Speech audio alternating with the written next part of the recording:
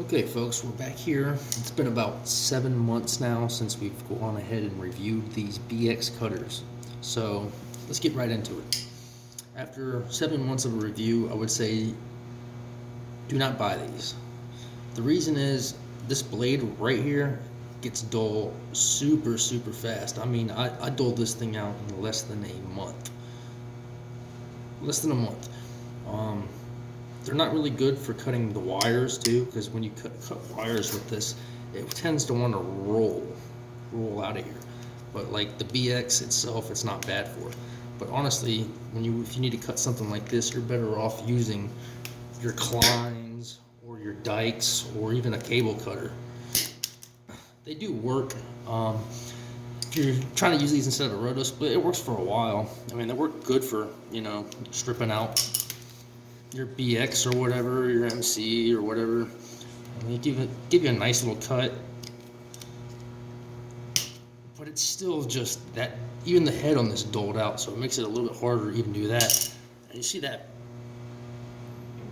and you can see it right there. It's kind of focus in, but it's not the cleanest cut.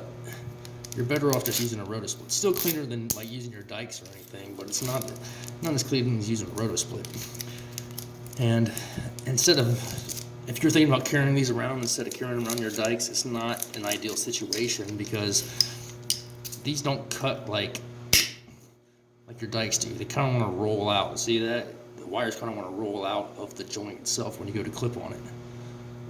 So they will cut, don't get me wrong. It's just not ideal. You're better off just carrying around a pair of good Dykes.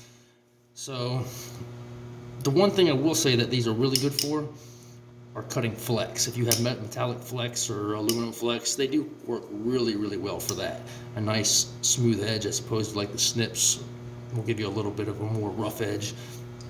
But overall, I mean, for the way these things doled out and the durability of them, I wouldn't buy these. Not for $30. Not when this blade doled out in like a month or two. Just not worth it. I mean, initially they were super sharp. You saw that we were able to cut a penny with these, not with no problem whatsoever. And they still cut copper real well. It's just that even they start to stick now when you cut the copper.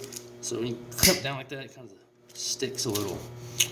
I don't know, man. This is not a tool I would waste my time investing in.